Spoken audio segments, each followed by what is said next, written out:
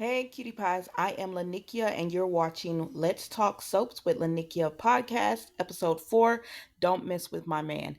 All right, guys. So this is exactly what the title says. It's a podcast. This podcast episode is all about just shakeups with couples and pretty much them being blindsided when their spouse, their boyfriend, whoever it is, go to someone else. So before we get into it, I just want to welcome you guys to the podcast. Thank you so much for watching.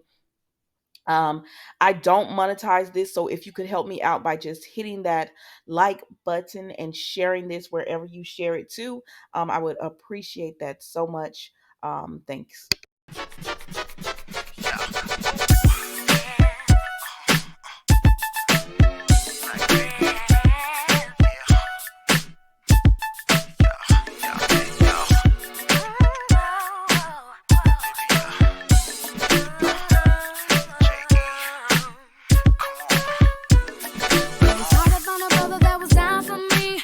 Telling everybody let him be, cause he's mine and I can't take no pigeons trying to take my baby. So I thought I had to let you know, find someone you can call your own, cause now you're walking in the danger zone, and if I touch you I'll be wrong. My man, I'ma be the one to bring it to you. Got my girls, got my man, find your own and leave mine alone. Don't mess with my man, I'ma be the one to bring it to you. Here's a little advice for you, find your own man. All right, guys, let's get into this. So, we have a few couples who are on the rocks. So you see, the ladies at the top are the ones that have the guy. They have the man. They're living all of the. They're living with this guy. They were married to the guy. They are married to him. They have him as a boyfriend. And then the ladies on the bottom and the gentlemen come through and they are just snatching these men up, or we see the potential for them to want to snatch the guy up. So let's get into it. I'm not going to hold you long on this podcast. Y'all know it's a twice a week podcast. It drops at Wednesdays at 7 and Saturdays at 7 as well. This is the midweek one. So because of that, we've only seen a few days of soaps, Monday and Tuesday, so I'm not going to hold you long on this, but let's just get into it. So we have Summer. This is for the young and the restless. Now I'm going to tell you a little bit of the backstory of it because everyone doesn't watch every soap. Some of you guys do. You watch them all, but some of you have your favorite soap and that's it. So for the ones who don't watch Young and the Restless, we have Summer in the at the top of the screen, and then we have Kyle in the middle. That's Summer's husband. They've been together for years. They've been together. They have a son together, which is his son. It's not her biological son, but she does take him on as her own son, and with raising him with Kyle. And then we have Audra. Audra came on the show maybe a year or so ago. She used to be with Summer's brother. They broke up. Audra is been looking for a guy because she's a climber. She's a social climber as well, but she works hard now. Don't get it confused. She works really hard, but if she can climb the ladder the easier way as well, she will do that. So Summer and Kyle have had friction in their marriage because Kyle's mother came back from the dead. And when she came back, it was a lot of people in town upset with her because they had been blamed for her murder. So we found out she had not been dead. It had been 10 years, but she actually faked her own death. And then Summer's mother was one of the people that was blamed for her death. So when she comes back, um, Kyle's mother and Summer mother have always had this war, even before these two were born.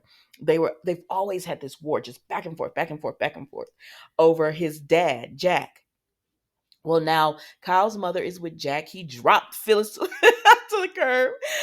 He dropped her, which I'm not mad at that because I've always said that Diane is more Jack's speed. She matches him better. I like the two of them together, so I'm not mad at that. So when this happened, Phyllis just became overwhelmed with revenge on Diane from what she did years ago, for what the slight that she feels like she's done now. She came overwhelmed with revenge. So Phyllis fakes her own death. It is literally the same storyline, only this time we get to see it play out. Because with Diane, we didn't really get to see that play out. So we see it play out with Phyllis. And Summer finds out her mother's alive. Now, she really did think her mother was dead. She thought she had died. So when she finds out she's alive, she's like, oh my gosh. She helps her mother, but she doesn't tell Kyle. Now, at this point, Kyle's mother has been framed, and she's going to prison because they think she killed Phyllis. She poisoned her. And so when Kyle finds out that Summer knew about, her mother being alive, and because Summer was trying to figure out a way to hold her marriage together as well as help her mother out. I'm not mad at Summer for that. I understand it. Um, would it have been better had she told Kyle? Yes. But at that point, his mother was going to prison. And Summer a little bit blamed his mother for it because she said all these problems in our marriage, because they had other problems going on. All these problems in our marriage started happening because you came back. And so she blamed Diane a little bit for that. But I think Kyle could have gave Summer a little grace because it was her mother, and he would have done the same. I feel like Kyle would have done the same thing for his, but he didn't. So here comes this little fox. Here she comes coming through, and he connects with her. He's Kyle is on the forget my wife.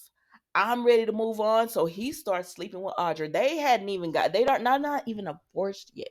They're not divorced yet, Summer and Kyle. He starts sleeping with Audra. And I'm not gonna even lie to you. Kyle is a different man with Audra. I actually like the character because he's a spoiled brat. Don't get me wrong, he is a spoiled brat. But with Summer, I think she allowed him to be that way as well, because a lot of times she wouldn't tell him how she was really feeling about things.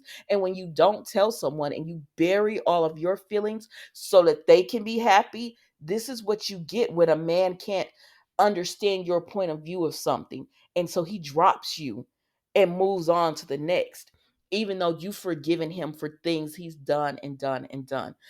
That's how it is sometimes. But anyways, I knew that Kyle didn't. He gave zero cares when he sent flowers to Audra in front of his wife. He gave Audra earrings. He's not even trying to hide that he's messing with Audra at this point. Summer does find out. She confronts Kyle because she wants to work on their marriage. She's like, we hit a rough patch, but you're not even giving us a chance to work through it. And at this point, Summer, move on, because this is no longer your husband, because I'm gonna call him her husband because they are still married. This is Audra's man, because he doesn't want to be there. He doesn't want to be there. He's moved on. You need to move on too, and hopefully. I think it's gonna be a Sierra song. Like, I bet you start loving me when you see me loving somebody else. Now, I don't know if Summer is gonna get with Chance or not. I like them better as just friends, but they've been Young and the Restless keeps flirting with this idea, and they keep, like, the spoilers keep saying that Summer is supposed to give a chance. I hope not. I like them better as friends, and honestly, I like Chance with Sharon, the new version of Sharon, not that old version that was a little boring, just running the coffee house. I like this version of Sharon that's actually running the a major business with Adam and Nick. All right, y'all. So that's that on them. So let's move on. So then we see. If this isn't the messiest love triangle, I don't know what is. Because with this one, Gwen has no clue. So Gwen is in the top, right?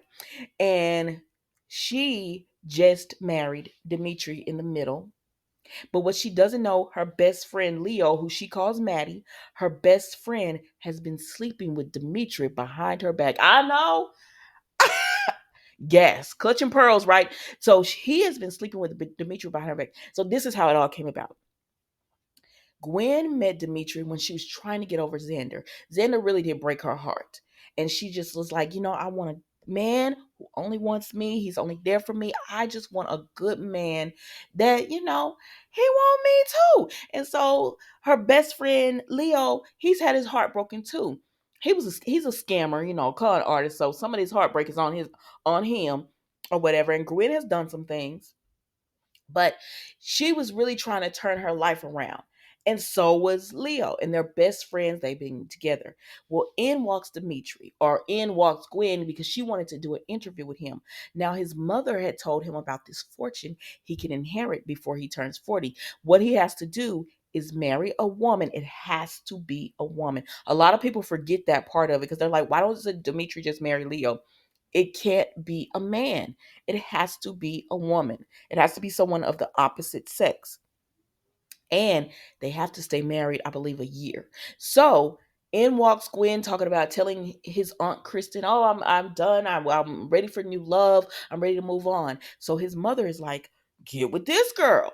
You need somebody quick. She's quick, and you can get her to fall for you." And that's exactly what he does. He gets Gwen to fall for him. He says all the right things. He mirrors her. And if you don't know what that is, I know most of you do, but just for the ones who may not know, he's mirroring her.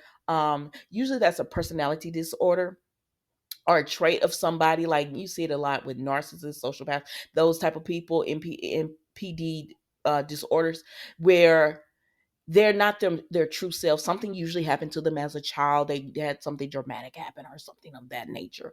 And so they never truly develop their own personality. So what they do is take on personalities of whomever they're with, whether it be romantically, friendship, family, they'll take on that personality. So what he did was found out all this information about Gwen, about her childhood, and how she just wants love. And so he mirrored all that back. Like, I had this rough childhood, and she could relate to that because she did as well. And oh, I'm a good person, but sometimes I make bad decisions. Gwen can relate to that because she feels like, I make horrible decisions sometimes, but deep down, I want to be a good person. And so she's like, "Oh my gosh, this is a man of my dreams, and he only wants me." Well, her friend Leo kept telling her, "Girl, something ain't right. I don't know what it is, but something ain't right about this man." And she kept saying, "No, no, no, he wants me and only me." And so Leo went to the mansion and he found the paperwork that told that Dimitri had to be married. So he's like, "Ha ha, this is why you want to be with my friend. This is why." And then what does Dimitri do? He starts kissing on Leo. And the next thing you know, they're in the bed. Like, "Leo, what kind of friend are you?" And so he tells Leo, I'm I can't come out because if I do, I can't get this money and I need this money and I'll take care of Gwen. I'll do all this, but I need you to be quiet. And we can still do what we do, but you have to be quiet. Leo doesn't like it at first, but he feels like Dimitri is his man. He feels like Dimitri is for him. And he hates that he has to hurt Gwen, but he doesn't want to hurt Dimitri as well. So really he's choosing Dimitri over Gwen. I mean, that's the bottom line of it. If Gwen is really your friend, you've known her longer, y'all are thick as thieves, but you're choosing Dimitri over her because he's all in lust, I say. But so Dimitri gets him to keep quiet and he marries Gwen. Leo wanted to tell at the wedding, but he doesn't. He allows this man to marry my girl because I like me some Gwen. He allows him to marry Gwen, and so now they're just going to do this behind her back. I don't know how long this is going to last because they have to be married a year so they can get this money. But a lot of people said Gwen would have done this without you fooling her. Like, she would have allowed you to be with Leo and you just told her the truth and said, "Listen, I'm after the money." And she would have been like, "Just give me some money and we're cool." And I think so too, but they didn't do it that way. This is how they're playing it out. So we will see what happens, y'all. Let's move on. Sticking with Days of Our Lives, child, there is another couple in this triangle. Now, Days of Our Lives do have a few triangles going, but they do it the best out of any soap because they end them. Some of these soaps have them going on forever. Okay, so listen. We have Sloane. She's been on the show about a few months, about it, almost a year now, if not a year. She's been on the show, right? Then we have Eric. And then Nicole. Nicole and Eric, if you've watched Days, that's a legacy couple that they won't put together. They are a legacy couple. And but we've never seen a couple that will be on the show until the show is just off air. They will be there, but they won't put these two together. Maybe when they're, when days is said and done, they'll finally get them together. I don't know. But so Sloan started dating Eric. Why? Because Eric's been through a lot. He was dating a woman named Jada. He got Jada pregnant. And then Nicole went to Jada and told her, "Why would you want to have his baby? It's gonna be so hard." She didn't force Jada to have an abortion, but she didn't make it. She didn't give words of encouragement to Jada. She just told her how hard it was gonna be. I'm gonna be in the baby's life because as Jada was pregnant, right the day that Eric wanted to dump Jada and get back with Nicole is the day Jada found out she was pregnant. So Jada was like,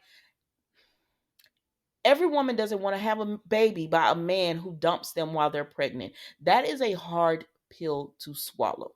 That is a very hard pill to swallow. And she didn't want that. She didn't want his baby. And he's off in love with another woman. And plus I didn't like that what they did, Jada. They kept calling her baby mama and all, like, I don't like that. I don't like that. But anyways, child, moving on from that. So it ruined Eric and Nicole's relationship because he kind of blamed her for that, because he said, "Why couldn't you just leave Jada alone?" He and Jada had talked and they were coming to terms with it. They were working it out. And Nicole, insecure, went to Jada, and that Jada, she helped Jada to make that decision to have an abortion. And so Eric got really upset about Nicole with that. So Eric starts dating Sloan because gets into legal trouble because he's spiraling downwards after hearing about the abortion. And so Sloan is there to help him out unconditionally. She doesn't judge him. She doesn't do any of that to him. And then Nicole goes to EJ, who Eric can't stand. And so that's it, right? So Sloan is with Eric, Nicole is with EJ. You would think that's all, but then there's something happened to the town. Some biscuits got tainted, and Nicole and Eric eat the best biscuits, are drugged up, and they end up sleeping with each other. Okay, they sleep with each other. Let's move on. But then Nicole ends up being pregnant, and she doesn't know who the father is. She doesn't know if it's EJ, and she doesn't know if it's Eric. Now that does leave the question, because some people say, "Well, Nicole didn't use, because why didn't you use birth control?" And some people are saying, "Well, she can't have children," but I don't think she can't have children. She has a hard time carrying them to term, but she can become pregnant. So why wasn't she on some birth control? Like, But that's neither here nor there, child. That's neither here nor there. She gets pregnant. Sloan finds out Nicole's pregnant, and she finds out that she doesn't know who's the father is. So she tells her, "Okay, you take a swab, I'll take a swab. And we're gonna swab the men. You swab EJ because you have access to him. I have access to Eric. You know he sleeps hard. I'm gonna swab him while he sleep, and then we can find out the DNA of the baby." And that's what they're supposed to do. Sloan goes to swab Eric, but she does not want to lose Eric because she knows if this baby ends up being Eric's, that he will leave her. So what does she do? She swabs her own cheek. And Nicole never got a sample from EJ because she wasn't trying to tell him. She didn't want Eric or EJ to know. That's why her and Sloan were doing this in secret, right? Trying to hide and get a swab or whatever. And so when Sloan gives the swab, Eric and EJ end up finding out, but EJ still didn't give a sample because they had Eric's. It comes back that Eric is not the baby; it's the father of the child. Okay, fine. So EJ and Nicole go on about their business. Eric and Sloan do as well. And then EJ says, let's bring this specialist in because Nicole has a hard time carrying babies to term. So they bring a specialist in, and she tells EJ, "I want to do a genetic testing on you." Sloan finds this out, and she goes and gets the test results. And she changes, or she removes a page that says EJ is not a genetic match. And so Nicole still believes that this is EJ's child, even though Sloan has the real results saying that this is not EJ's child. So that means Eric is the father of the baby, right? If he knew that, he and Nicole would be together. She would leave EJ for Eric because she still has feelings for him. Plus, EJ is very insecure right as he should be. But EJ is very insecure right now, and Nicole's having to deal with that. Always reassuring, "I love you, I love you, I love you," even though that's not the case. She does love him on a level, but she's in love with Eric. Sloan to lock Eric down. She says, I want to have a baby. I want to have a baby because Eric has always wanted a baby, even though quiet is kept. If Sarah's baby had lived, if Jada hadn't had an abortion, Nicole has this baby and Sloan has this baby because Sloan is pregnant now. Eric would have four women. He would have four baby mamas. You got four kids by four different women. Slow down, Father Eric. Like, what are you doing out here? But anyways, so Sloan tells Eric, I want to get pregnant by you because she doesn't have any family. Her parents, her mom was killed on by accident. Her dad is died. Her brother is in prison. So she has no family. So she cannot lose Eric is in her mind. She can't lose him. She has to have Eric. So that's that on that. And then on top of that, now that she is pregnant, she's terrified of losing Eric. So that's why she switched the genetic testing for Nicole to remove the page or take out to remove the page or switch the wording. I don't know how she switched the wording. That's why I'm saying maybe she removed the page to take that out that he EJ is not the father. So because if they know EJ is not the father, then obviously it's Eric's. And so that's that on that. So that's this love triangle going on here on Days of Our Lives, right? Sonia's like, leave me alone, me and my man alone, Nicole, because she knows what will go down if he found out, and Nicole found out. Let's move on. So then we go over here to this fourth and final love triangle that's going on, and it's really not a triangle yet, but it's forming. And okay, there's Trina at the very top, right? And Spencer. Now they are the next. If General Hospital does this right, and they haven't been doing it right, they have not. Like, I'm losing interest in this couple only because I don't want to see what I believe they're doing. I'm upset about that, but General Hospital probably can't keep those two anyways because they're really great actors. He's already doing something on Netflix that he'll probably finish up doing whenever the writer's strike and actor strike is over. This young lady is involved in a lot um, outside of um, the soaps. She's involved in a lot of improv and comedy and just a lot of different things. I don't know if they'll be able to keep these two actors, but these are legacy characters, I believe. But anyways, they're together, but they're not. Her mother, this is like Romeo and Juliet, but without the ending. She Spencer is very rich. He comes from a wealthy family. He's privileged. He's intelligent. He's spoiled. He's entitled. He knows all that about him, but deep down, he is a good guy. She comes from a middle class family. You know, her mother's a doctor. Her father's in the force. Her biological father is a entrepreneur. She comes from just a decent, good, wholesome family, right? As wholesome as you can get. Because it's a mess too. But anyways, that's what she comes from. And then, so these two have been trying to get together because she's liked him forever. But he had an ex girlfriend named Esme, who you see in the at the bottom corner. He had an ex girlfriend named Esme. Esme ain't no good. Esme has never been any good. Her father and mother, they're no good. They like Ryan Chambers and Heather Weber. They are both like serial killers, right? And Esme has lost her memory. She's been through a lot and she lost her memory, right?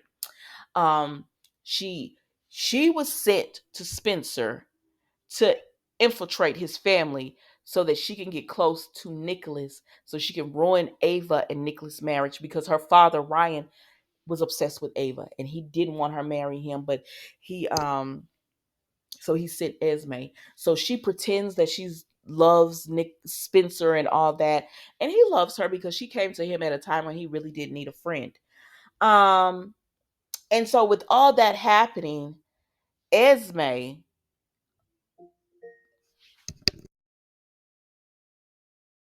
with all of that happening, we find that, like Ryan kept telling Esme, stay focused. This isn't about the child, Spencer. This isn't about your little boyfriend. This is about breaking up Ava and Nicholas. But along the way, Esme kind of started having feelings for Spencer because she started wanting to get revenge on him.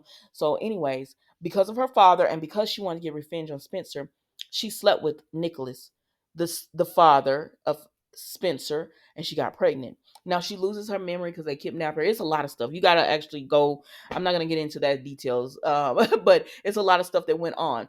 So she loses her memory and everything, and then she comes back. She's pregnant. She has the baby. Heather Weatherby goes back to prison because she was out at well, she was never out, but she was in like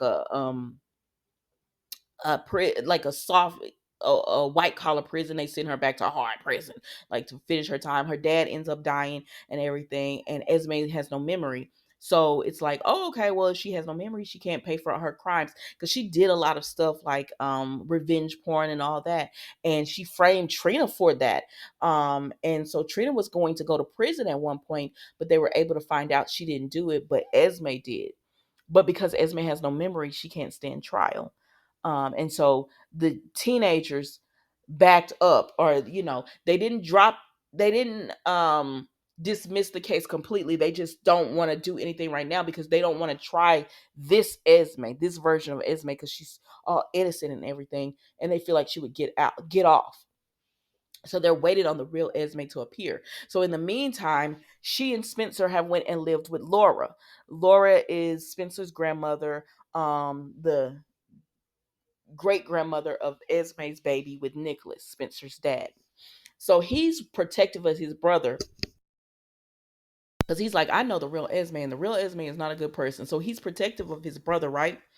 And he wants to be there, a force in his life, he wants to just protect him. So Esme knows this. So now Trina and Spencer have decided, okay, let's be in a relationship. Then her father ended up getting shot and hurt, and her mother doesn't really like Spencer. So in order to back up off of that and give her mother some peace, they decided, okay, let's pause our relationship, but when I need you, I'll come over here, and I'll be able to relax my mind. I'll be able to do what I need to do, just to be with you or whatever. And so they agreed to that because right now is not the time for them to have a relationship. Right, because and it's really because of her mom. And so they all agree to that, and they're like, okay, let's just do that.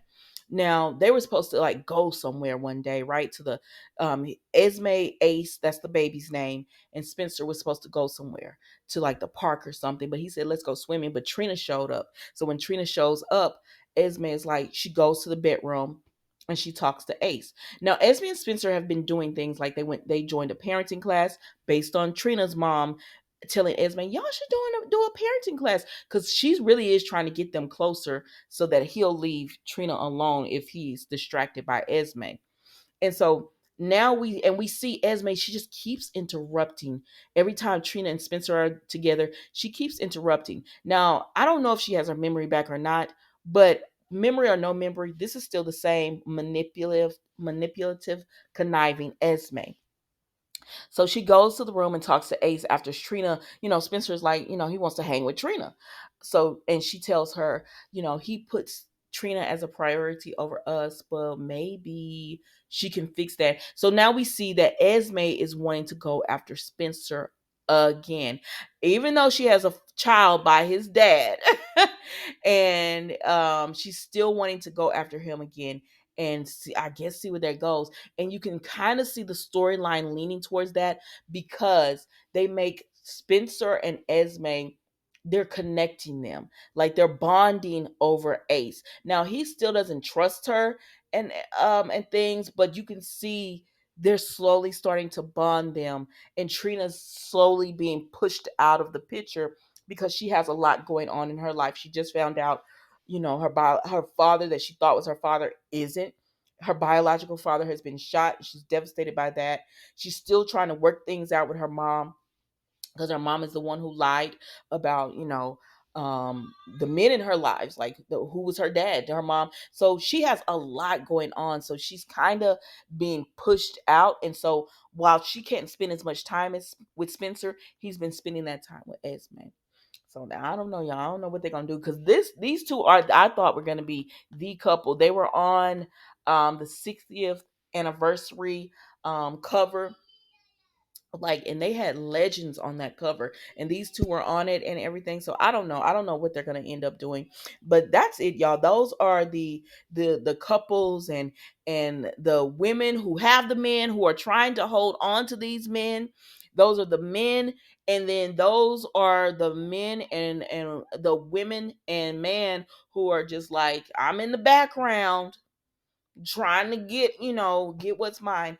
I think the only storyline that I really am just like, oh, I can't believe they're doing this is Leo, because only because the rest of these women are not friends with the other women. The rest of the women don't have a personal relationship with them, but Leo has a personal relationship with Gwen. And so it's like, sorry, that's your friend. Why would you do your friend like this?